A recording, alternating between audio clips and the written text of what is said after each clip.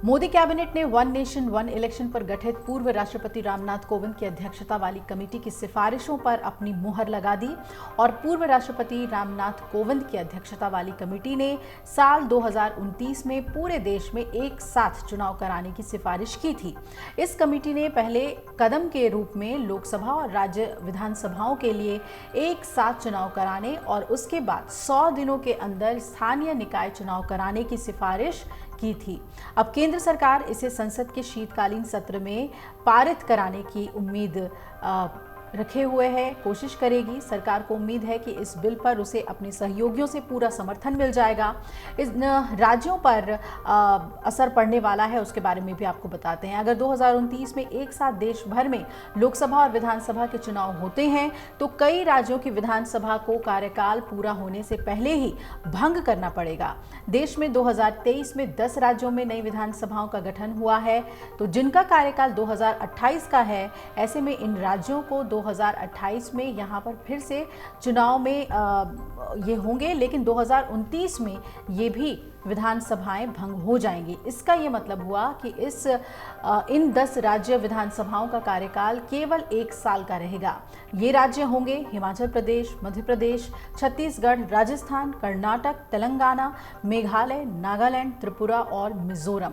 इसके अलावा कुछ ऐसे भी राज्य हैं जहां पर 2027 में विधानसभा चुनाव होने हैं और ऐसे में वहां पर सरकार का कार्यकाल 2 साल का ही होगा और ये राज्य होंगे उत्तर प्रदेश, उत्तराखंड, पंजाब और गुजरात। वहीं पश्चिम बंगाल, तमिलनाडु, असम और केरल में 2026 में विधानसभा चुनाव होने हैं। ऐसे में इन राज्यों की सरकारों का कार्यकाल 3 साल या उससे भी कम समय तक हो सकता है। बिहार में अगले साल और दिल्ली में भी अगले साल फरवरी में विधानसभा चुनाव होने हैं, तो ऐसे में इन राज्यों के सरकारों का कार्यकाल पूरा होगा लेकिन 4 साल तक ही रहेगा। और इन राज्यों में असर नहीं पड़ने वाला है, वो भी जान लीजिए। देश के करीब आधा दर्जन राज्य ऐसे हैं जहां पर वन नेशन वन इलेक्शन की नीति का कोई असर नहीं पड़ेगा। इसमें वो राज्य हैं जहां पर 2024 में चुनाव हुए हैं या होने वाले हैं। ओडिशा, आंध्र प्रदेश, सिक्किम, अरुणाचल प्रदेश में इस बार लोकसभा और विधानसभा चुनाव एक साथ हुए हैं। इसमें ओडिशा, आंध्र प्रदेश, सिक्किम और अरुणाचल प्रदेश हैं।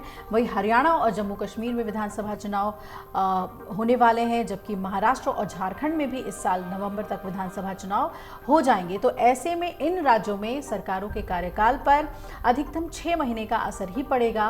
प्रस्ताव को मंजूरी तो मिल गई है, लेकिन अभी इसकी असल परीक्षा बाकी है। इसे अभी संवैधानिक प्रक्रियाओं से गुजरना है और इसे संसद में पास होने के लिए 2/3 बहुमत भी चाहिए। इतना ही नहीं, संविधान में 1-2 नहीं बल्कि लगभग 18 संशोधन करने की जरूरत होगी इसे लागू करने के लिए।